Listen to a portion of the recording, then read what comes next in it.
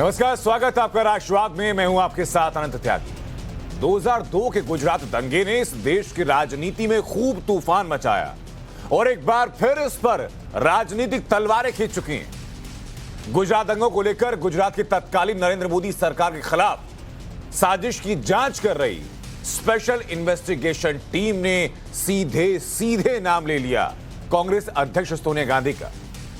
SIT के हलफनामे में कहा गया कि सोनिया के राजनीतिक सचिव रहे अहमद पटेल के जरिए साजिशकर्ता तीस्ता सीतलवाड़ को 30 लाख रुपए दिए गए। एसआईटी के मुताबिक यह साजिश इसलिए की गई ताकि मोदी की गुजरात सरकार को उस वक्त पर हटाया जा सके। एसआईटी के इस दावे पर बीजेपी और कांग्रेस के बीच घमासान छिड़ चुका है। बीजेपी सोनिया गांधी पर हमलावर है तो कांग्रेस का कहना है कि चुनाव आते ही मोदी अपने खिलाफ षड्यंत्र वाली थ्योरी लेकर आ गए और एक मुसलमान नेता का नाम उछाल रहे हैं। राष्ट्रवाद का मुद्दा यह कि क्या एसआईटी के दावों को चुनाव कह के खारिज किया जा सकता है या फिर वाकई कांग्रेस फंड से मोदी के खिलाफ साजिश रची गई।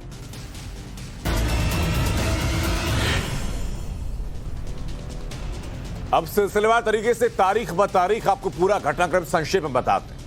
दरअसल 24 जून को सुप्रीम कोर्ट ने नरेंद्र मोदी को क्लीन चिट मिलने के खिलाफ दायर याचिका को खारिज कर दिया था। उसके अगले दिन यानी 25 जून को गुजरात दंगों को लेकर तत्कालीन गुजरात सरकार के खिलाफ साजिश रचने के आरोपों की जांच करने की जरूरत महसूस हुई और उसके लिए एक स्पेशल इन्वेस्टिगेशन टीम यानी एसआईटी का गठन किया गया। इस एसआईटी ने एक्टिविस्ट तीस्ता सीतलवाड़, पूर्व पुलिस अधिकारी जिसमें कि दो नाम शामिल हैं, एक आरबी श्री कुमार और संजीव भट्ट, उनके खिलाफ जांच शुरू की। और इसी एसआईटी ने गवाहों के बयान के आधार पर जो हलफनामा दिया वो हलफनामा अपने आप में विस्फोटक है। उस हलफनामे की कॉपी हमारे पास है, लेकिन पूरी कॉपी का पूरा अंश आपको पढ़ के बताऊं उससे पहले इस कॉपी के कुछ खास अंश आपके लिए पढ़ने जा रहा हूं। इस कॉपी में क्या लिखा गया सुनिए जरा और ध्यान से सुनिएगा। स्पेशल इन्वेस्टिगेशन टीम ने जांच के दौरान ऐसे कई सबूत जुटाए जिससे साबित होता है कि आवेदक कौन, तीस्ता सीतलवाड़ और दूसरे लोग किसी बड़ी साजिश में शामिल थे। जांच के दौरान पाया गया कि राजनीतिक, आर्थिक और दूसरे लाभ हासिल करने के लिए एक सोची समझी लेकिन बड़ी साजिश रची गई। हलफनामे में आगे क्या लिखा गया? उसमें लिखा गया कि साजिश को अंजाम देते हुए आवेदक यानी तीस्ता सीतलवाड़ का राजनीतिक उद्देश्य किसी भी तरह से गुजरात की चुनी हुई सरकार को गिरा देना था या गुजरात की तत्कालीन सरकार को अस्थिर कर देना था। गुजरात में सरकार में कौन था? नरेंद्र मोदी उस वक्त पर, बीजेपी की सरकार। तत्कालीन मुख्यमंत्री समेत गुजरात सरकार के लोगों और अन्य निर्दोष लोगों को गलत तरीके से फंसाने के बदले आवेदक यानी तीस्ता सीतलवाड़ ने गैर कानूनी आर्थिक और दूसरे फायदे और इनाम विपक्षी राजनीतिक दल से हासिल किए। अब आर्थिक फायदे और इनाम का जो जिक्र इसमें किया गया है उसमें पब्लिक परसेप्शन में क्या क्या चीजें सामने आ रही हैं ये भी चर्चा के दौरान बताएंगे आपको। लेकिन उससे पहले आप जाने कि आके एसआईटी ने क्या लिखा। एसआईटी ने लिखा कि अब तक की जांच में 2 गवाहों के बयानों से साफ है कि आरोपियों ने राजनीतिक उद्देश्य से साजिश रची है। हलफनामा कहता है कि 2 गवाहों के बयान साबित करते हैं कि कांग्रेस अध्यक्ष के राजनीतिक सलाहकार और राज्यसभा सांसद रहे स्वर्गीय अहमद पटेल के कहने पर आवेदक तीस्ता सीतलवाड़ ने दूसरे आरोपियों के साथ मिलकर के इस साजिश को रचा है। और ये कोई आरोप नहीं लगा रहा है, ये जो स्पेशल इन्वेस्टिगेशन टीम गठित की गई थी उस टीम की रिपोर्ट में सामने आया है। उसी हलफनामे में ब्यौरा यह भी है, एसआईटी ने यह भी कहा कि आवेदक तीस्ता सीतलवाड़ शुरू से साजिश में शामिल रही है। गोधरा ट्रेन घटना के कुछ ही दिनों बाद आवेदक ने अहमद पटेल के साथ मीटिंग की और पहली ही बार में 5 लाख रुपए हासिल किए। यानी पैसों का सिलसिला कहां से शुरू हुआ? अहमद पटेल की हैसियत आप सब लोग जानते हैं कि उस वक्त क्या थी और अपने अंतिम समय तक, अब वो इस दुनिया में नहीं है, स्वर्गीय अहमद पटेल कहना ज्यादा बेहतर होगा, लेकिन उन्हीं के हवाले से ही कहा गया कि उन्हीं के हवाले से 5 लाख रुपए तीस्ता सीतलवाड़ को दिए। एक गवाह ने उन्हें अहमद पटेल के निर्देशों पर पैसे सौंपे थे। 2 दिनों बाद शाहीबाग गवर्नमेंट सर्किट हाउस में आवेदक और अहमद पटेल के बीच मीटिंग हुई और गवाह ने आवेदक को अहमद पटेल के निर्देशों पर 25 लाख रुपए और सौंपे, यानी 5 लाख पहले, 25 लाख ये, कुल 30 लाख रुपए। जो नकदी दी गई वो किसी तरह की राहत राशि नहीं थी, क्योंकि पूरे गुजरात में राहत सामग्री, खाद्य सामग्री और अन्य जरूरी वस्तुओं के तौर पर गुजरात सरकार और उसके साथ साथ गुजरात राहत समिति ये पूरी चीजें पहुंचाती। तो एसआईटी का जो दावा आपने सुना उस पर वो व्यक्ति मोहर लगा रहा है जिसके हाथों 30 लाख रुपए तीस्ता से तलवार को ट्रांसफर होने का आरोप है। आप सुनिए जरा कि टाइम्स नाउ नवभारत से रईस खान ने, वही व्यक्ति जिसके ऊपर ये कहा जा रहा है कि उस व्यक्ति ने अपने हाथों से पैसे दिए, रईस खान क्या कहता है। अहमद पटेल से हमारी मुलाकात जो है वो 2002 में दंगों के कुछ दिनों बाद ही हुई थी। सर्किट हाउस शाही बाग के अंदर जो पुराना सर्किट हाउस है उसमें मुलाकात हुई थी। हम वहां पर गए थे, अहमद पटेल से हमारी मुलाकात हुई थी और अहमद से दंगों के बारे में तीस्ता से तलवार की बहुत काफ़ी देर तक बातचीत, चर्चा चलती रही और बातचीत होती रही। आगे फिर ये तय हुआ कि भाई आगे जो है वो इसको काम को आगे बढ़ाया जाएगा, तो इसमें काम को आगे बढ़ाने में सबसे पहली बात जो है वो ज़रूरत है पैसों की, और पैसा अगर नहीं है तो काम को आगे बढ़ाया नहीं जा सकता। तो अहमद पटेल ने ये कहा कि ये बड़े बड़े जितने भी दंगे हुए हैं, जैसे कि नरोडा पाटिया है, नरोडा गाँव है, गुलबर्ग सोसाइटी है, बेस्ट बेकरी है, जो चर्चित हैं बहुत ज़्यादा, इसे सरदारपुर है और बहुत सारे, तो गोधरा कांड के जो भी जितने भी बड़े बड़े दंगे हुए हैं उनको अगर हम ऊपर लेकर आते हैं और उसके बारे में अगर हम प्रोपेगेंडा बड़ा करते हैं तो इसमें बहुत सारे पैसों की ज़रूरत पड़ेगी। तो वो पैसे हमें अगर नहीं मिल सके तो हम इसको आगे कर नहीं पाएंगे। तो अहमद पटेल ने उस समय ये कहा कि आपको फंड की कोई कमी महसूस नहीं होने देंगे हमारी तरफ से, और आपको जितना भी पैसा चाहिए हम उतना उस वक्त पैसा आपको मुहैया कराएंगे। तो तीस्ता से तलवार ने ये कहा कि मुझे अभी फिल वक्त मेरे पास कुछ पैसा नहीं है, मुझे फिल वक्त पैसों की बहुत ज़्यादा ज़रूरत है, और अगर अभी से हमने इसको मजबूत किया तो आगे हम देर तक लड़ सकेंगे और आपके काम आ सकेंगे। तो अहमद पटेल ने कहा, अपने एक सहयोगी को बुलाया और बुलाने के बाद में उससे कहा कि अभी आप कितने पैसों का बंदोबस्त कर सकते हो। तो उन्होंने ये कहा कि मैं अभी 5 लाख रुपए का बंदोबस्त कर सकता हूँ, और कितनी देर में कर सकते हो। उन्होंने कुछ ही देर में पैसे कहा कि हम आपको मुहैया करा देंगे। कुछ देर बाद ही वो जो सज्जन जिनसे बात हुई थी उनका नाम नरेंद्र ब्रह्मभट्ट था और वो होटल एसोसिएशन के चेयरमैन थे, और वो पैसा लेकर आ गए। 5 लाख रुपए कपड़े की थैली में थे और अखबार में जो न्यूज़पेपर होता है उसमें लिपटे हुए थे, और 5 लाख रुपए उन्होंने अहमद पटेल की तरफ बढ़ाया। अहमद पटेल ने वो पैसा तीस्ता से तलवार की तरफ बढ़ा दिया। तीस्ता से तलवार ने मुझे इशारा किया कि इसको खोल के देखो। मैंने खोल के देखा और उसको चेक करा, वो 5 लाख रुपए थे, और वो उसी तरह से कागज़ में लपेट के और थैली में डाल के तीस्ता से तलवार को पहली खेप दे दी गई। तो एसआईटी ने अपने हलफनामे में कुतुबुद्दीन अंसारी का जिक्र भी किया। अब आप सोचेंगे कि कुतुबुद्दीन अंसारी कौन है, आपको जरा एक तस्वीर दिखाते हैं। ये तस्वीर जरा देखिए, ये हैं कुतुबुद्दीन अंसारी।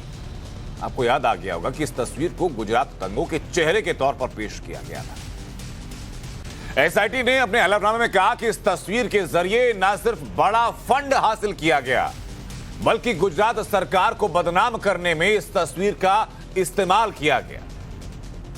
कुतुबुद्दीन अंसारी की तस्वीर आप देख रहे हैं।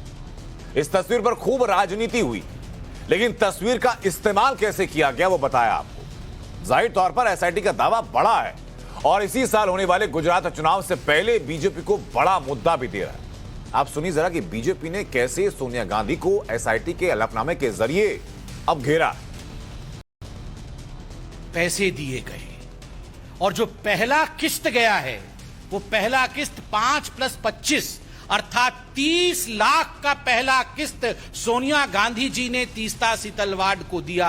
अहमद पटेल जी हमारे बीच में नहीं है, अहमद पटेल जी ने तो केवल डिलीवर किया, दिया सोनिया जी ने अपनी तिजोरी से, डिलीवरी की अहमद पटेल जी ने और लिया तीस्ता सीतलवाड़ ने। और याद रखिए ये 30 लाख उस जमाने में केवल पहला किस्त था। This was just the first instalment. इसके आगे न जाने कितने करोड़ों रुपए सोनिया गांधी जी ने नरेंद्र मोदी जी को अपमानित और बदनाम करने के लिए, झूठे षड्यंत्र में फंसाने के लिए, बीजेपी को नीचे गिराने के लिए, बीजेपी कैसे आगे ना बढ़े इस चेष्टा में, और केवल बीजेपी और मोदी को पीछे रख करके राहुल गांधी को प्रमोट करने के लिए तासी तलवार का इस्तेमाल इस पैसे से सोनिया गांधी जी ने किया।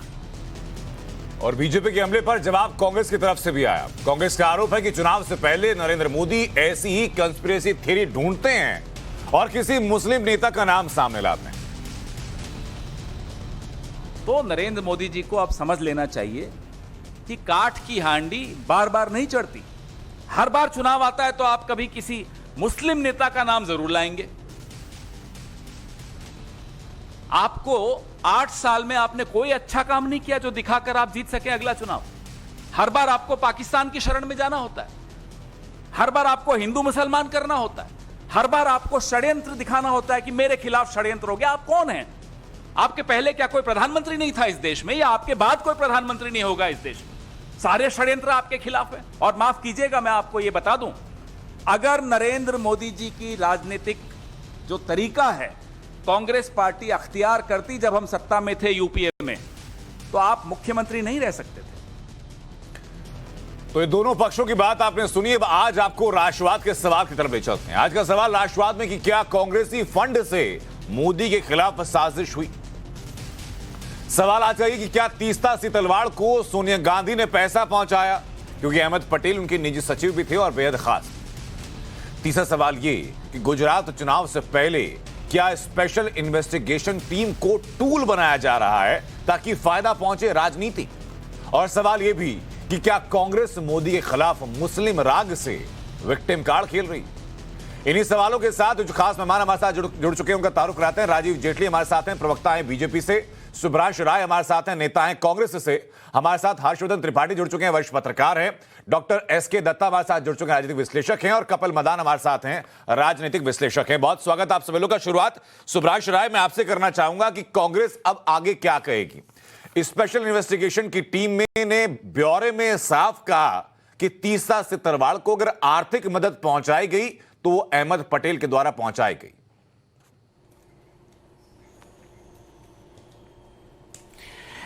देखिए अनंत, 2-3 बड़ी बातें हैं।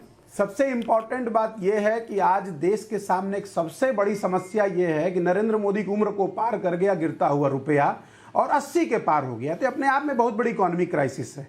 दूसरी इंपॉर्टेंट बात यह है कि संवैधानिक संस्थान और सरकारी नौकरियों में बैठे हुए कुछ चंद लोग राज्यसभा सदस्य और राजदूत बनने के लिए जो ये न के न प्रकरण कुछ सालों से कर रहे हैं, ये पूरी दुनिया के सामने दिख रहा है। भारत का बच्चा जानता है कि कैसे राज्यसभा सदस्य कोई बनना चाह रहा है या कैसे राजदूत बनने की बेचैनी है, और उसके बदले में वो लोग सरकार को कैसे कॉम्पनसेट कर रहे हैं। तीसरी एक इंपॉर्टेंट बात और है, मुझे अभी 2 लोगों का आपके इस पैकेज को सुनते सुनते अचानक दिमाग में ध्यान आया कि मैं मान लेता हूं एक बार के लिए कि 2002 गोधरा कांड हुआ था, उसमें सरकार की कोई भूमिका नहीं थी या नरेंद्र मोदी जी को हर जगह से क्लीन चिट मिल गया जी। इसमें तो मानने की बात नहीं है सर, प्रिय कानून तौर पर मिल चुकी है। पंडित अटल भी जी सर सुनिए ना अनंत जी, मैं ये जानना चाह रहा हूं कि क्या उस समय के तत्कालीन प्रधानमंत्री भारत रत्न हम सबके सर्वप्रिय पंडित अटल बिहारी वाजपेयी जी ने जो राजधर्म पालन करने की नसीहत दी थी, वो किसी गलत चीज पे दी थी? सुभाष राय, आप हर सवाल पूछ लीजिएगा। बीजेपी की तरफ से राजीव जेटली हमारे साथ भी हैं, राजनीतिक विश्लेषक भी हमारे साथ हैं। वो आपके सवालों को लेकर मैं उनके पास जाऊंगा। फिलहाल आपसे मेरा सवाल ये है कि आज की तारीख में जो स्पेशल इन्वेस्टिगेशन टीम गठित की गई, वो एसआईटी अपने हलफनामे में कहती है कि तासी तलवार का राजनीतिक इस्तेमाल भी किया गया और तासी तलवार ने अपने आर्थिक और राजनीतिक फायदे के लिए इस साजिश को रचा। सुन तो लीजिए, हाँ मैं सुन लिया हूं भाई साहब, आपका पैकेज ध्यान से सुन रहा हूं, सुनिए तो सही। तो मैं ये जानने की मतलब उत्सुकता है और मुझे गले के नीचे नहीं उतर रहा है कि पंडित अटल बिहारी वाजपेयी जैसा व्यक्ति गलत बोलेगा। चलिए एक बात और मान लेते हैं, तत्कालीन नरेंद्र मोदी सरकार की कैबिनेट मंत्री स्मृति ईरानी जी का बयान था बड़ा सुर्खियों में उस समय कि जब तक ये इस्तीफा नहीं देंगे मैं अन्न जल त्याग दूंगी, खूब ढेर सारा वायरल हुआ था। क्या ये सब लोग गलत कह रहे थे? और तीसरी इंपॉर्टेंट बात, हो सर सकता है, किसने मैंने क्या कहा कहा, ना एक कि सेकंड सुब्राश, मैं माफी के साथ संस्थाओं रोकना में चाहूंगा सर बैठे आपको, कुछ किसने चंद क्या लोग- कहा इस पर चर्चा में आगे हम बातें कर सकते हैं, लेकिन फिलहाल जो मेरा सवाल था उसका सीधा जवाब आपने नहीं दिया। मैं यही सवाल लेकर नहीं बाकी सर। मेहमानों के पास जा रहा हूं, मैं वापस आपके पास लौटूंगा। मेरा सवाल हर्षवर्धन त्रिपाठी जी नहीं, आपसे मैं है उसका सीधा जवाब कि दे रहा इस हूं। रिपोर्ट से मैंने लोग एक- क्या समझे आप? मैं उसका सीधा जवाब दे रहा हूं। ठीक है सुब्राश जी, आपको मैं आ रहा हूं आपके पास कि सर, मैं फिर एक एक किसी कमेंट पहले शुरुआत फिर में किसी सबसे ले लूं, उसके बाद मैं अधिकारी वापस को आपके पास आ कहीं जाऊंगा अगले किसी सवाल जगह लेकर के। राजदूत बनने की तलब होगी, हाँ। क्योंकि नरेंद्र मोदी सरकार के पास अपनी उपलब्धियां गिराने को तो कुछ है नहीं। ठीक तो है, आज के डेट में पवन नरेंद्र खेड़ा का जो मोदी बयान सरकार रहा मैं उस पर भी चर्चा करूंगा सर, मैं लौट रहा हूं आपके पास हर्षवर्धन जी। कुछ नहीं करने दे रहे थे। एक सेकंड और सुब्रांश भाई, जो- आप थोड़ा जो गुजरात- गरिमा के साथ अरे सुनिए ना, सर, एक एक करके सब लोग बोले सर, मैं लौटूंगा आपके पास। नहीं नहीं नहीं, ऐसे नहीं होता सर, काट काट के नहीं। हाँ। ये नहीं, सुन तो लीजिए, जो गुजरात बाढ़ में डूब रहा है, अब लोग वहां त्राहिमाम कर रहे हैं, तो नरेंद्र मोदी जी ने एक गुफा और छोड़ दिया। ठीक है सर, और अब आप उसके ऊपर सवाल जवाब करते रहिए। ठीक है सुभाष जी। हर्षवर्धन जी। देखिए आनंद जी, मुझे लगता है कि इस देश में एक बहुत सामान्य सा तरीका है कि किसी भी बात को आप राजनीतिक साजिश या किसी भी बात को कहिए कि चुनाव आने वाला है। अब इस लिहाज से तो देश में हर वक्त चुनाव चलता रहता है और किसी न किसी राज्य का चुनाव होगा, लेकिन सर्वोच्च न्यायालय में जकिया जाफरी की याचिका नरेंद्र मोदी ने तो दाखिल कराई नहीं थी। जकिया जाफरी की जो याचिका है नरेंद्र मोदी ने नहीं दाखिल कराई थी, वो गई थी, उनको लगा कि उनके पति को जो मारा गया उस साजिश में नरेंद्र मोदी भी शामिल थे और सर्वोच्च न्यायालय से वो चाहती थी कि नरेंद्र मोदी को इसमें आरोपी बनाया जाए। वो याचिका पूरी तरह से खारिज होती है। उसके पहले सुप्रीम कोर्ट मॉनिटर्ड कमेटी, ये बहुत ध्यान से सुनना समझना चाहिए, वो भी उस वक्त में जब यूपीए की सरकार थी, उस वक्त में जब देश की सारी एजेंसियां और उसके जो रिपोर्ट करने वाले लोग रहे होंगे वो यूपीए सरकार के जो लोगों को रिपोर्ट करते रहे होंगे, तो उन सारे लोगों की जो रिपोर्ट है समय समय पर, और उसमें तत्कालीन जो जांच करने वाली एजेंसी थी उसके अधिकारी हैं, जो उनके प्रमुख थे वो भी, जो वहां जांच करने गुजरात गए थे गांधीनगर वो भी, उन सब की रिपोर्ट के बाद सर्वोच्च न्यायालय ने जकिया जाफरी की याचिका खारिज कर दी। खारिज करते हुए जो टिप्पणी की, उस टिप्पणी के बाद तीस्ता सीतलवाड़ की भूमिका की जांच नए सिरे से शुरू हुई जी, गिरफ्तारी हुई तीस्ता की, और अब जो एसआईटी ने ये सब किया है, अभी आपने ही टाइम्स नाउ नवभारत पर ही जो रईस खान की बाइट चली है वो बहुत स्पष्ट बताती है। और अगर अहमद पटेल जैसा व्यक्ति, अहमद पटेल कोई छोटे आदमी नहीं थे, अहमद पटेल नंबर 2 की स्थिति में थे, अहमद पटेल पूरी कांग्रेस पार्टी चलाते थे, सब जानते हैं कि ये सारा काम मैनेजमेंट का काम उन्हीं के जिम्मे था। अगर वो किसी को 30 लाख रुपए दे रहे हैं जी, अगर वो किसी से पहले वहां मिलते हैं सर्किट हाउस में गुजरात में गांधीनगर में, उसके बाद दिल्ली में मिलते हैं, हाँ। और वो कहते हैं कि ये सब आगे बढ़ाना है, तो फिर ये समझ में नहीं आता कि इसके बाद भी बिल्कुल ठीक बात है सर, बिल्कुल ठीक बात है। और मैं इसी कमेंट को लेकर मैं चाहूंगा कपिल बंधन आपके पास में आना, वकील भी हैं आप, मुझे बताइए कि जरा कि अगर एक एसआईटी गठित की जाती है तो एसआईटी के हलफनामे पर विश्वास ना करने का क्या रीजन आपको लगता है कि उस पर विश्वास ना किया जाए? देखिए आनंद जी, दो चीजों को हमें इसको देखना होगा। एक, सुप्रीम कोर्ट ने एसआईटी का गठन किया था जिसने कोर्ट की सुपरविजन में ये जो एलिगेशन लगे थे कि ये एक बड़ी साजिश है और बड़ी साजिश का भी इन्वेस्टिगेशन होना चाहिए, जिसमें नरेंद्र मोदी जी के बारे में भी जाकिया जाफरी और तीस्ता सीतलवाड़ ने एलिगेशन लगाए थे। अगर मान लीजिए कि अगर इस तरीके का कोई पैसे का लेन देन था, या अगर मैं इसको ऐसे बोलूं कि ये मोटिवेटेड एक कैंपेन था, तो जो सुप्रीम कोर्ट की मॉनिटर्ड एसआईटी का गठन हुआ था, तो उस एसआईटी ने इसके बारे में क्यों नहीं जांच करी? आज ये इंसिडेंट के 20 साल बाद एक और एसआईटी का गठन हो रहा है जो कि स्टेट की सुपरविजन में काम कर रही है, जो स्टेट के ऑफिसर्स इन्वेस्टिगेट कर रहे हैं। वो 20 साल के बाद बोलते हैं कि कोई पैसे का कोई लेन देन हुआ था 2002 के अंदर। तो मुझे ये लगता है कि अगर ऐसा कुछ होता, जो सुप्रीम कोर्ट की जो एसआईटी थी वो कोर्ट मॉनिटर्ड थी, एक अमाइकस क्यूरी को भी उसमें अपॉइंट किया गया था जो एसआईटी के कार्य को भी वो जिस तरीके से जांच वो कर रहे थे उनको भी वो मॉनिटर कर रहा था। तो मेरा सिर्फ ये कहना है कि अगर इस तरीके का कोई तथ्य होते तो वो पहली जो एसआईटी जो तो मेरा क्या मानना है कपिल मदान आप ये कहना चाह रहे हो, मैं चाहूंगा कि इस पर राजीव जेटली भी बताएं, क्या राजीव जेटली के कपिल मदान ये कहना चाह रहे हैं कि भाई ये स्टेट स्पॉन्सर्ड रिपोर्ट है पहले जो कोर्ट मॉनिटर रिपोर्ट थी उसमें ऐसा कोई जिक्र नहीं है, इसमें आया तो यानी स्टेट मॉनिटर्ड है तो इसको स्टेट स्पॉन्सर्ड भी कहा जा सकता है। आनंद जी एक बात, हाँ, सुप्रीम कोर्ट ने भी ये कहा है कि तीस्ता सीतलवाड़ की भूमिका संदिग्ध है। अपनी अंतिम टिप्पणी में कोर्ट ने कहा है सर, ये बिल्कुल अंतरिम टिप्पणी में कहा है, बात सही है आपकी सर। ठीक है, राजीव जेटली। आनंद भाई, आप थोड़ा सा ध्यान दीजिए, आपने पैकेज दिखाया था, पैकेज में कांग्रेस पार्टी के जो प्रवक्ता हैं पवन खेड़ा जी, उन्होंने कहा कि अगर हम चाहते तो मोदी, नरेंद्र मोदी जी मुख्यमंत्री ना होते जी, मतलब ये चाहते तो ना होते, ना बनते मतलब इतनी ताकत रखते थे ये, किसको मुख्यमंत्री बनना है, किसको नहीं बनना, किस तरीके की इन्वेस्टिगेशन एजेंसी पीछे लगानी है, लेकिन कोई कसर नहीं छोड़ी गई।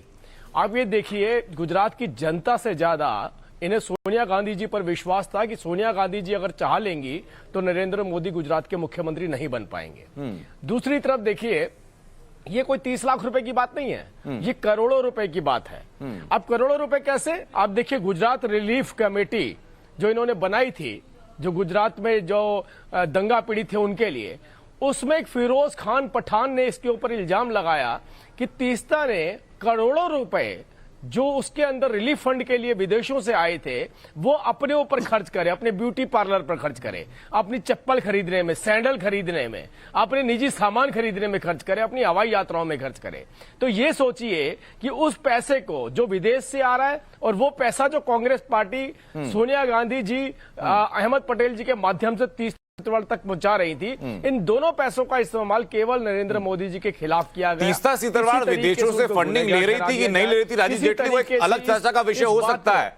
मेरा पॉइंट ऑफ कंसर्न आज की तारीख में यह है कि एक पार्टी जो कि अपने आप को देश की सबसे पुरानी लोकतांत्रिक पार्टी कहती है, उस पार्टी के नंबर 2 की हैसियत रखने वाले शख्स के ऊपर यह इल्जाम कि वो पैसे देकर चुनी हुई सरकार को हिलाने की मंशा रखता है, एक दंगे का नाम लेकर के। डॉक्टर एसके दत्ता, अब इससे गंभीर बात लोकतंत्र में क्या हो सकती है? नहीं, नंबर 2 नहीं, नंबर 2 नहीं, नंबर 1। हाँ, नंबर 2 नहीं, नहीं, अहमद पटेल जिनका सीधा नाम आया था वो तो नंबर 2 ही थे। स्वर्गीय अहमद पटेल जी का नाम लेकर नहीं, मैं बता रहा हूं आपको, स्वर्गीय अहमद पटेल साहब तो ये मोहरा थे जी, वो तो एक वाहक का काम करते थे। हाँ, इशारा किसका होता था? सोनिया गांधी जी का। हाँ, और सोनिया गांधी जी ही थी जिन्होंने कहा था खून की दलाली करते हैं, और खून की दलाली का इल्जाम लगाकर उन्होंने पूरा मीडिया, अपने नेता और ये तथाकथित समाज सेवी, ठीक है राजीव जेटली, इसका जवाब मैं सुभाष राय से लूंगा, लेकिन उससे पहले डॉक्टर एसके दत्ता, अस्थिर किया जाए ताकि वो राष्ट्रीय राजनीति में। ठीक है राजीव जेटली। डॉक्टर दत्ता, देखिए आनंद भाई, यहाँ पे महत्वपूर्ण बात यह है कि आखिर इस तरह की चीजों का खुलासा किस वजह से हो रहा है, क्यों हो रहा है। ये कह देना कि सुप्रीम कोर्ट के एसआईटी ने इस विषय पे जांच नहीं की, इसका मतलब ये थोड़ी ना है कि आप अगर स्टेट के एसआईटी अगर जांच कर रही है तो वो गैर कानूनी है, या फिर स्टेट के प्रावधान में नहीं है कि वो जांच नहीं कर सकता है। हर कोई जानता है कि उस दौरान जिस तरह का घटनाक्रम हुआ था और जिस तरह से षड्यंत्र रचा गया था, उसकी सौदागर तो यहाँ दिल्ली में बैठी है, जिन्होंने किसी जमाने में कहा था मौजूदा प्रधानमंत्री के बारे में कि मौत की सौदागर है। ये हर कोई जानता है। और उसके बाद किस हिसाब से लगातार षड्यंत्र रचाया गया कि किसी भी तरह से गुजरात सरकार को डिस्टेबलाइज किया जाए, बर्खास्त किया जाए, और फिर किसी तरह से राष्ट्रपति शासन लगा के जोड़ तोड़ करके कांग्रेस की सत्ता वहां पे आ जाए। ये तो बहुत बार प्रयास हुआ है गुजरात में, ये नई बात क्या है। दूसरी बात यहाँ पे ये आती है कि ये बहुत गंभीर विषय है। मैं तो अचंभित हो गया कांग्रेस के दलीलों से कि ये मरा हुआ व्यक्ति के बारे में भी ऐसे बात की जा रही है, उनको भी छोड़ा नहीं जा रहा है। अरे मरा हुआ व्यक्ति के लिए शत नमन है और श्रद्धांजलि है, पर उन्होंने अगर कुछ काम किया है किसी के इशारों पे जिससे भ्रष्टाचार की और राजनीतिक षड्यंत्र की बू आती है, तो उसके बारे में बताया नहीं जाएगा। या फिर सुभाष राय, मुझे बताइए जरा कि क्यों ये माना जाए कि भाई ये मामला चुनाव से जुड़ा हुआ है? क्यों ना कहा जाए कि एक जो कमेटी गठित हुई, संवैधानिक कमेटी है, वो कोई गैर कानूनी कमेटी नहीं है, कोई गैर कानूनी टीम नहीं है, वही टीम कानून के दायरे में जांच कर रही है, वही टीम हलफनामा दे रही है, और कांग्रेस कह रही है कि भाई चुनाव है इसलिए इस्तेमाल किया जा रहा है। नहीं अनंत, उससे ना भी थोड़ा और गंभीर है, मुझे लगता है कि उस पर आपको भी थोड़ा गौर करना चाहिए।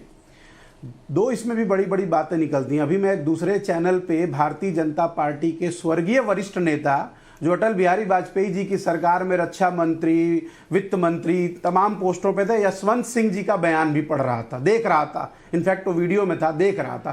तो उन्होंने भी बड़े साफ साफ शब्दों में कहा था कि 2002 में क्या हुआ और राजधर्म कैसे नहीं निभाया गया। एक बात यहाँ एसआईटी की नहीं है। मैंने कहा ना कि संवैधानिक संस्थाओं पे बैठे हुए कुछ चंद लोग जिनको या तो राज्यसभा प्यारा है या जिनको किसी न किसी देश का राजदूत बनना है, और महत्वाकांक्षा तो भैया दोस्त सबके अंदर हो सकती है। और तीसरी एक और बड़ी बात है, ये क्या बार बार कह रहे हैं कि सत्ता हटाना, आप उनको स्थापित करना। सर, नरेंद्र मोदी जी आरएसएस के संगठन महामंत्री होते हुए, बीजेपी के संगठन महामंत्री होते हुए गुजरात में उन्होंने केशुभाऊ पटेल से लेकर शंकर सिंह वाघेला दो सरकारों को बदला था। सर, किस दुनिया में आप हो? प्लीज ऐसी बातें आप मत कहिए। मुझे बताइए, अगर आज आप कुतुबुद्दीन अंसारी का चेहरा तो आप पहचानते हैं? नहीं, अरे मैं एक सेकंड सर, मुद्दे पे आ जाते। देखिए, किसी के ऊपर पॉलिटिकल एलिगेशन लगाना ना लगाना मेरा मोटिव नहीं है सर। मेरा मोटिव सिर्फ एक है कि आज की तारीख में एसआईटी जो रिपोर्ट दे रही है, सवाल सीधा उठा रही है कांग्रेस के ऊपर। यह स्वस्थ लोकतंत्र का परिचायक नहीं हो सकता कि एक दंगे का पीड़ितों की तस्वीर दिखा करके फंड हासिल किया जाए, सहानुभूति हासिल किया जाए। और आप ये देखिए कि रईस खान कोर्ट क्या कर रहे हैं। रईस खान जो तस्दीक कर रहे हैं कि अहमद पटेल ने पैसे दिए, पहले 5 लाख रुपए, फिर 25 लाख रुपए। कोर्ट क्या कर रहे हैं? वो कह रहे हैं कि तीसरा से तलवार ने कहा था ये वहां पर, वो कहा कि हम अगर आप पैसे देंगे तो हम देर तक लड़ सकेंगे और आपके काम आ सकेंगे। अरे भैया सुन लिया है, सुनिए 3 बड़ी बिल्कुल बातें हैं जो एसआईटी कह रही है। अगर एसआईटी की बात को मैं सच मान लूं तो क्या पंडित अटल बिहारी वाजपेयी की बात को मैं झूठ मानूं? क्या मैं पूर्व भारतीय जनता पार्टी के नेता और केंद्रीय मंत्री यशवंत सिंह की बात को झूठ मानूं? हाँ। वर्तमान केंद्रीय मंत्री स्मृति ईरानी की बात को झूठ मानूं? नहीं, रुकिए एक मिनट प्लीज, बोलने दीजिए पूरी बात। और दूसरी इंपॉर्टेंट बात, भैया मतलब लोकतंत्र बचा कहां है? अगर आप लोकतंत्र में सवाल नहीं कर सकते, पार्लियामेंट के फ्लोर पे आप सवाल नहीं कर सकते, आप अपना धरना प्रदर्शन पार्लियामेंट के बाहर नहीं कर सकते, गांधी मूर्ति के नीचे बैठ, सुब्रांश भाई मुझे ये बताइए सर कि एसआईटी जांच कर रही है तो नहीं बचा है। एसआईटी जांच कर रही है तो सिस्टम कहां बचा है?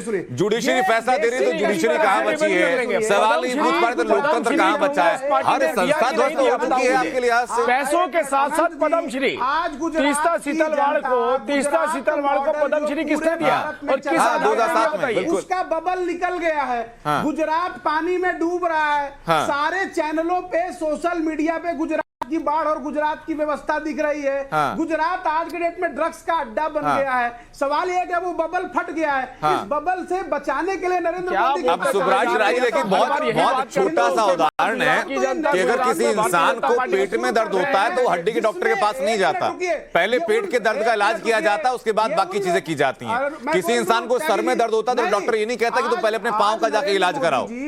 ऐसा नहीं होता ना सुब्रांश राय। सुनिए, आपको भी अगर मैं चाहता हूं स्वस्थ रहें, लेकिन अगर कभी कोई गंभीर बीमारी, कोई छोटी मोटी बीमारी होती है तो डॉक्टर ये नहीं कहता ना कि इस बीमारी की जगह पहले इसका इलाज कराओ। ऐसा नहीं होता ना सर। एक बार में एक चीज की बात होती है। वही चीज मैं कर रहा हूं सर कि एसआईटी की रिपोर्ट अगर आ गई तो मैं एसआईटी की रिपोर्ट के बारे में बात कर सकता हूं। बाढ़ के ऊपर लोगों की परेशानियों के ऊपर रुपए के घटने स्तर को देख करके आप जितना चाहे आंदोलन कीजिए, जितनी बातें कहें मेरे बस में होगा सर, मैं वो चीजें दिखाऊंगा आपको, हर चीज। लेकिन ऐसा नहीं कि आप एक मंच का इस्तेमाल करके सारे विषयों को समेटने की कोशिश करेंगे सर। लेकिन आपने एक मुद्दा अहम उठाया सुब्रांश भाई, उसका मैं चाहूंगा कि पहले एक बार हर्षवर्धन जी जरा जवाब दे, उसके बाद मैं चलूंगा राजीव जेटली के पास वही सवाल लेकर के। हर्षवर्धन जी एक सेकंड, सुब्रांश साहब एक सेकंड, मैं आप ही की बातों को लेकर आगे जा रहा हूं सर, आप ही की बात को आगे कोट कर रहा हूं। हर्षवर्धन जी, सुब्रांश साहब का कहना यह है कि भाई अगर एसआईटी की रिपोर्ट को आज की तारीख में माना जाए तो क्या पूर्व प्रधानमंत्री स्वर्गीय अटल बिहारी वाजपेयी ने जब राजधर्म का पाठ पढ़ाया था उसको ना माना जाए? देखिए आनंद जी, कई चीजें आउट ऑफ कॉन्टेक्स्ट कोट करने का प्रचलन राजनीति में होता है। नेता लोग ये खूब करते हैं, ये करना भी चाहिए। लेकिन अटल बिहारी वाजपेयी ने राजधर्म पालन करने को कहा था और देश के प्रधानमंत्री होने के नाते उनको ये कहना चाहिए था, और उनके मुख्यमंत्री के नाते नरेंद्र मोदी ने वो सुना और वो कहा कि हाँ हम पालन कर रहे हैं। और ये जो बयान है, इस बयान से इतर सारी रिपोर्ट से साबित करती हैं कि वो जो कहा गया वो सिर्फ कहना भर नहीं था।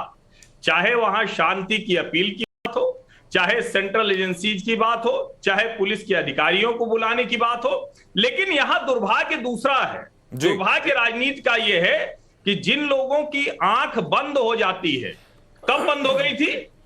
गोधरा के बाद उन लोगों की आंख अचानक 4 गुना चौड़ी हो गई और साजिशों का तेल डाल के उनको आंख में ज्यादा दिखने लगा और एक पूरा का पूरा समूह इतने खतरनाक तरीके से, ये कोई पहली बार नहीं हुआ था कि देश के किसी हिस्से में कोई दंगा हुआ था, कोई सांप्रदायिक दंगा इस तरह से हुआ था और एक भी व्यक्ति की जान जाए जहां, वो दुर्भाग्यपूर्ण है जी। लेकिन इतने लोग ट्रेन में जलकर मर जाते हैं, उसको कहा जाता है कि केरोसिन से हो गया होगा, सरकारें आई, क्या क्या टीम बैठाई गई, किस तरह का शर्मनाक तरीके का, क्या देश के लोगों ने उसको देखा नहीं? और गुजरात के लोग, गुजरात की बात अगर गुजरात के लोगों से गुजरात की पार्टियां करती तो शायद समझ में आता, लेकिन दुर्भाग्य से गुजरात में तो किसी पार्टी के पास, कांग्रेस अकेली पार्टी है जो भारतीय जनता पार्टी के सामने है, वहां दूसरी तो पार्टी कोई ढंग की है नहीं। उस पार्टी की भी स्थिति यह है कि उसको 7 कार्यकारी अध्यक्ष बनाने पड़े, 7। आज तक किसी राज्य के इतिहास में यह हुआ नहीं है। ठीक है, ये एक मॉडल हो सकता है, वो अलग मॉडल है सर, पार्टी का मॉडल क्या है उस पर नहीं जाएंगे सर। मैं वापस उसी चर्चा पे आ जाता हूं हर्षवर्धन जी। तो इतना तिलमिलाहट क्यों होनी चाहिए? वही हर्षवर्धन जी, मैं वापस उसी चर्चा पे आ जाता हूं। कपिल मदान, मुझे बताइए सर कि अगर मैं दोबारा, अगर आप चाहें तो मैं दोबारा इस रिपोर्ट के अंश पढ़ सकता हूं कि इसमें कैसे राजनीतिक, आर्थिक और दूसरे फायदे की मंशा के साथ तीस्ता सीतलवाड़ के इस पूरी कार्रवाई में संलिप्त होने की बात कही गई। नाम लिया गया अहमद पटेल का, रईस खान गवाही दे रहे हैं। तो मैं क्यों ये पब्लिक भी क्यों ना ये माने कि जो रिपोर्ट है वो सही है? क्यों माना जाए कि भाई जो पवन खेड़ा कह रहे हैं वो सही है? हालांकि वो भी, उस पर भी चर्चा होनी चाहिए। इसीलिए आनंद जी तीस्ता ने कहा है जब जावेद शबाना को आप बना सकते हैं, हाँ। तो हम तो इतनी मेहनत कर रहे हैं, इतना ज्यादा गुजरात सरकार की छवि खराब कर रहे हैं, तो हमें भी राज्यसभा बनाइए तो पद्मश्री तो मिला ही ना, शायद आगे मिल जाता। जैसे कि मैंने बताया कि अगर इस तरीके के कोई तथ्य या कोई साक्ष्य एसआईटी के पास थे, एसआईटी के ऊपर कोई प्रतिबंध नहीं था।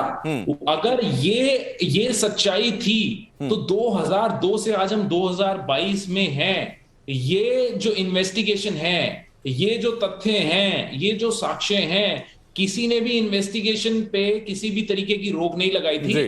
ये पहले क्यों नहीं हुआ? ये आज आप 2022 में चुनाव से पहले उठा के ले आए।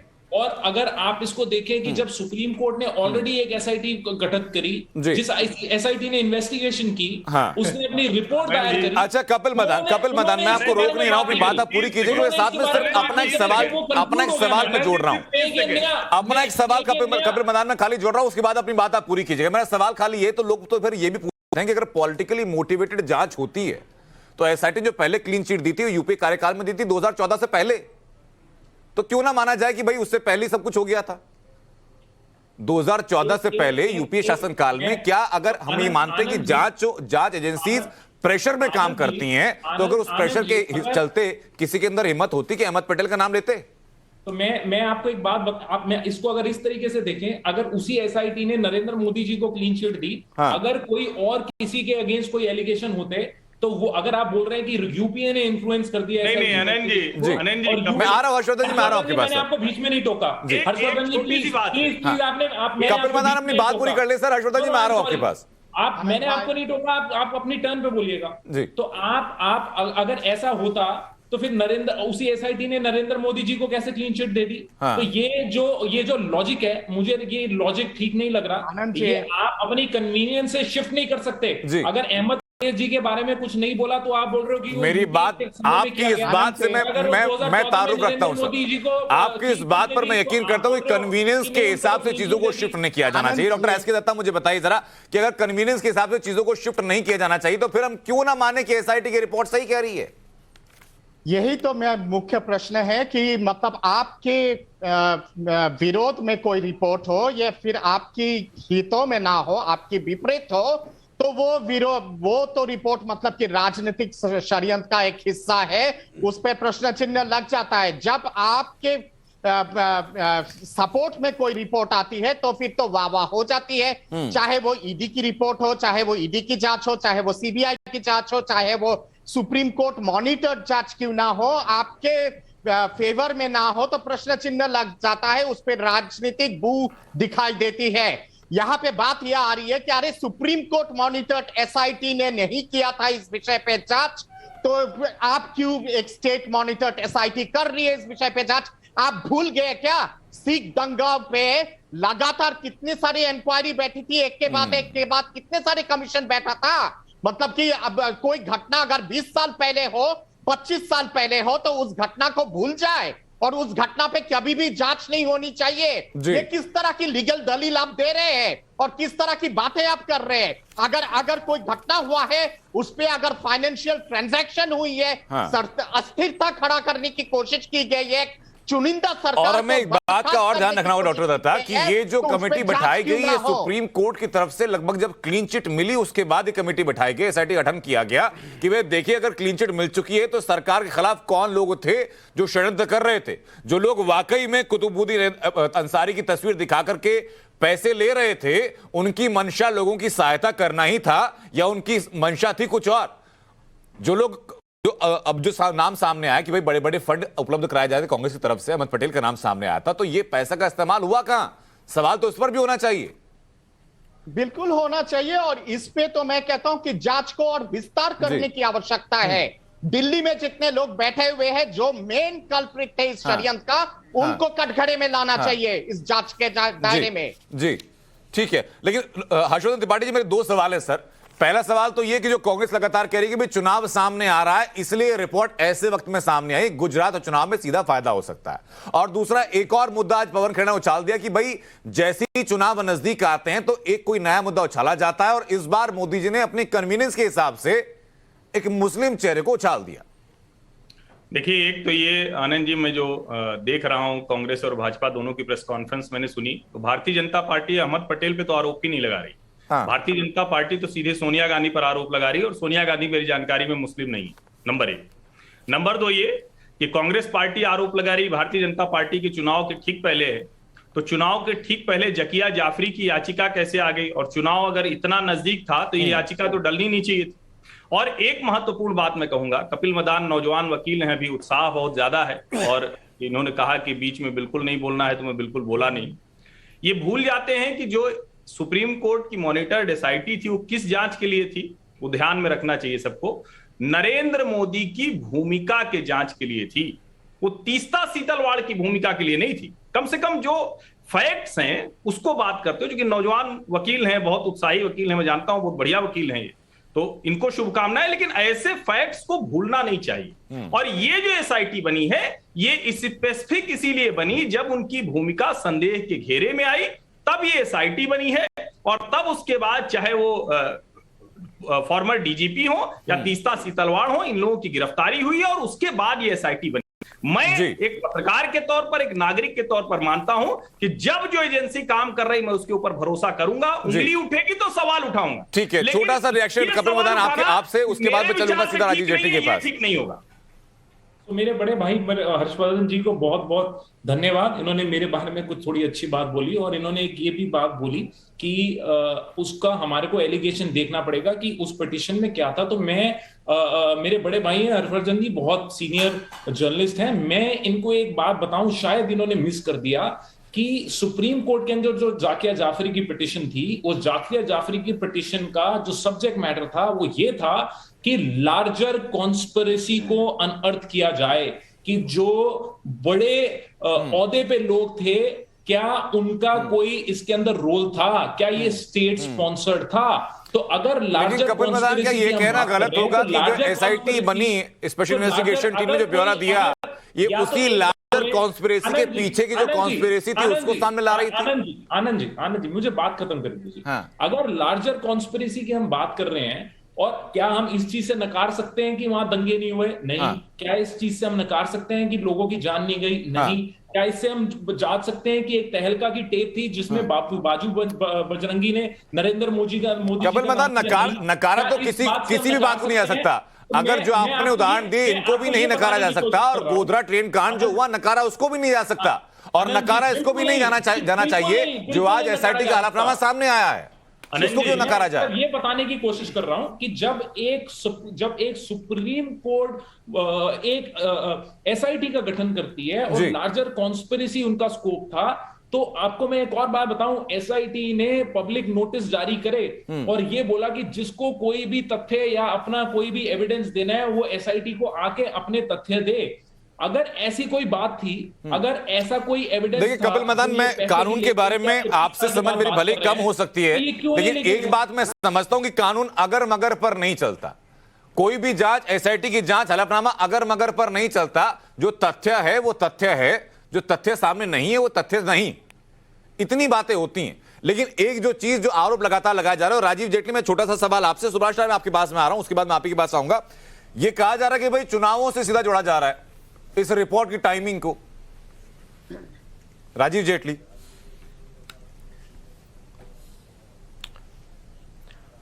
हाँ अनंत, मैं कुछ और बोलना चाहता था, लेकिन एनीवे आपने थोड़ा लंबा सा कहीं और चले गए और डिबेट को भटका दिया। मैं आपसे बताना चाहता हूं, ये तीस्ता सीतलवाड़ का अगर सबसे बेहतर एग्जाम्पल चाहिए आपको, तो मैं तो अभी तो आपकी स्क्रीन देख ही नहीं पा रहा था। मैं तो शुभ्रांश राय जी को एक पत्रकार मानकर चल रहा था, और कई बार मैं रिएक्ट नहीं करना चाहता था कि पत्रकार की बात के ऊपर क्या रिएक्ट करना। कई बार अगर उनको सम्मान भी देना हमारे लिए मजबूरी होता है, और हम देते ही नहीं। शुरुआत में इंट्रोड्यूस करते हुए मैंने साफ बताया था, आप शायद मिस कर गए। नहीं, मैं हैरान हूं। मैंने अभी स्क्रीन देखी, मैं देखा नहीं था स्क्रीन में। मैं तो उनको ऐसे पत्रकार लेके चल रहा था। तो जब एक पत्रकार कांग्रेस की लगभग 1.5-2 साल तक भाषा बोलने के बाद अब अपने पीछे बैकड्रॉप में हाथ का पंजा दिखा रहे हैं, तो तीस्ता सीतलवाड़ ने यही काम तो नहीं किया, केवल वो भी यही काम तो कर रही थी। वो कांग्रेस के पेरोल पे काम कर रही थी, नरेंद्र मोदी जी के खिलाफ काम कर रही थी, गुजरात में अस्थिरता लाना चाहती थी, पूरी दुनिया के अंदर एक मैसेज देना चाहती थी कि मेरे पास। चलिए, पॉलिटिकल एलिगेशन तो राजीव भाई हो गए। अब मुझे बताइए जरा कि इस मामले के पीछे, ठीक है वो एलिगेशन हो गए सर, मुझे बताइए जरा कि भाई केवल और केवल ये जो टाइमिंग है इस रिपोर्ट की, इसको लेकर क्या कहेंगे? पवन खेड़ा तो कह रहे हैं कि भाई आपने अगर इसमें मुस्लिम नाम का इस्तेमाल किया तो उसके पीछे एक राजनीतिक सोच है। इस रिपोर्ट के सामने आने की जो टाइमिंग है उसके पीछे राजनीतिक सोच है, किसी का भला करना नहीं है। तीन लोगों के नाम आए, 3 में से शायद एक मुसलमान और 2 हिंदू है, मैं नाम नहीं कोट करूंगा, उनके 2 अधिकारी भी हैं। ठीक है।